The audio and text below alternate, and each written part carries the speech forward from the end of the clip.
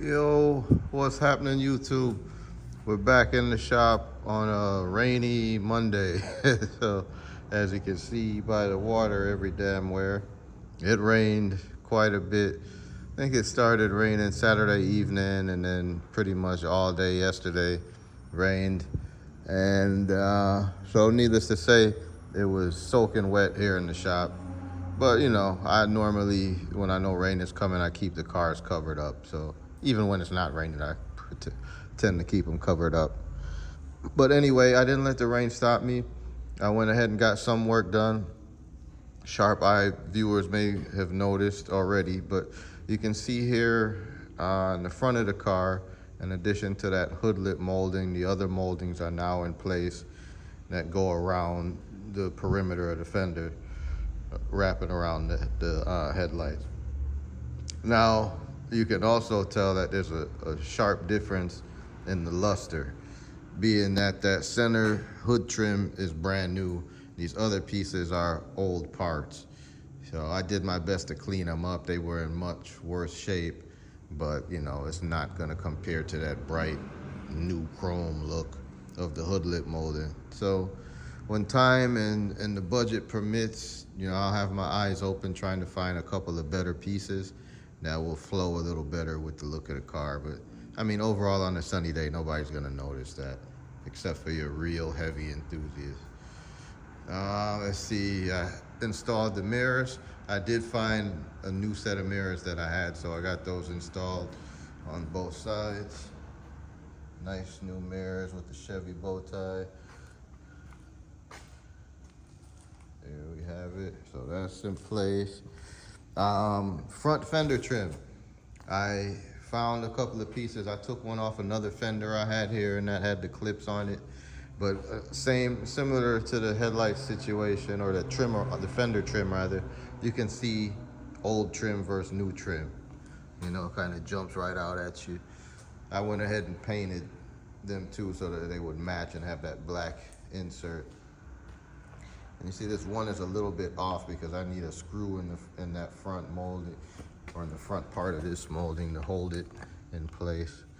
It's got like a broken clip there. You're supposed to put a screw in there, and it's a plastic thing that the screw goes into, and it's kind of broken on that side. But anyway, the molding is on there. It's not falling off, and it's not terribly off. And let's see. And I did the same thing on the other side. This side looks a little more together since I got the door glass and stuff in. Oh, I also put the door handles on too. You might notice that I couldn't find the new ones that I have. I know they're somewhere, but I searched my garage over the weekend. I searched a couple of spots where I normally keep parts. Couldn't find them. I looked a little bit up here, but it's like, man, I don't have enough time right now to dig them up. So I just cleaned up the old ones and threw them on there. But let me step back and try to give you a better view of the whole side of the car. So you can see, for the most part, the trim is on there. Also couldn't find my door lock cylinders that I know I have a new set of. So I'll keep looking for some of this stuff. I can't remember if I ever got door lock cylinders with this car. I'll have to look through some of the parts that I have for it, because worst case, I'll just use the old ones, but no big deal. I'm not tripping off a lock in it right now. It's in the shop. But, so made good progress. What else did I do? The front bumper, I did a little work on that. Let me just sneak into the office section and show you guys real quick. There's the bumper right here, and that center aluminum section is out now. As expected, I had trouble. Just look at all the bolts there. You see, they snap, crackle, and pop. I told you guys, man, these things are always crusty, rusty, dusty. Unless you heat that up with a torch first, it's gonna break every time. No big deal, because I still had a bag of leftover bumper bolts from a different project a while back, so I'll be good there. The good thing is I got that piece out. Now I can slap the new piece in. Here you get to see the contrast between the old and the new. Here's the old bent up, twisted up piece, and there's the new piece. So I just haven't gotten around to that today, and it's not that serious since I'm not actually installing the bumper. But while I was doing that work on the bumper, I did find that the what side of the bumper here had a dent in it that I didn't notice before. Let's see right here. Well, it's kind of hard to see from this angle, but right here, I don't know if the camera can pick that up, but there's a dent right there. And it's like, damn, you know. Aside from that, this is a good clean bumper. But the parts car has a bumper on there. One of the parts cars, one of the 63 parts cars has a bumper on there. It has a bumper end that's not dented, but it's kind of rusty. I'm gonna just show you guys while I'm talking about it. Bear with me while I walk to the backyard. Let's see. So yeah, what side of the bumper was that? I can't remember. Passenger, driver's side. But either way, both sides are in undented shape, but the chrome is not so good. You know, with the chrome not being so good, I don't know if it's worth the effort for me to even swap it out. One thing I did find is just browsing Marketplace, I actually found somebody local who's selling a clean bumper. The price is not the best, but it's not the worst. So I may, when I get home today, I might reach out to him and see if he'll negotiate a little bit. That would be ideal. Uh-oh, I'm not supposed to be showing you guys my secret layer here. But no, that's my office space. But yeah, ideally I'll get that other bumper, and I don't even have, if I do that, then, you know, this is just extra, and we'll end up using that bumper for the blue car because it needs a bumper. So if all goes well, I'm gonna pick up a used bumper that's in clean shape and just slap it on. And I wouldn't have to put the center section in or anything because it's already together. It just needs a wipe off, maybe some chrome polish, and bolt them up. So we'll see. I'll keep you guys posted.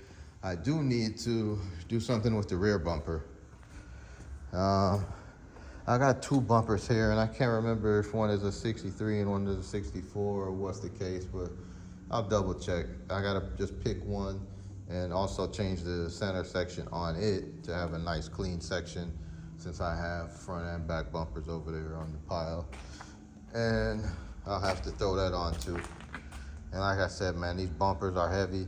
I've put them on by myself before, you know, using a jack and cinder blocks and all kinds of stuff to help hold it up, but I don't want to risk scratching anything up. So I already made some tentative arrangements to have some help when I'm ready to install those. So, you know, we'll get to it. It's no rush, but maybe as soon as this weekend, depending on how the weather goes. But all in all, guys, it's back pretty much together. I mean, as complete as it was when we first started taking things apart to work on it. I still do need to do something with the wiper cowl, and also the dashboard. I gotta paint the dashboard.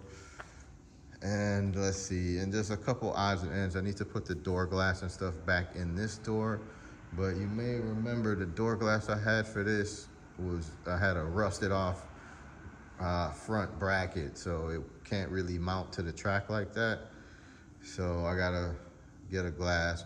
I have glass in parts car out there, but I don't really want to take it out.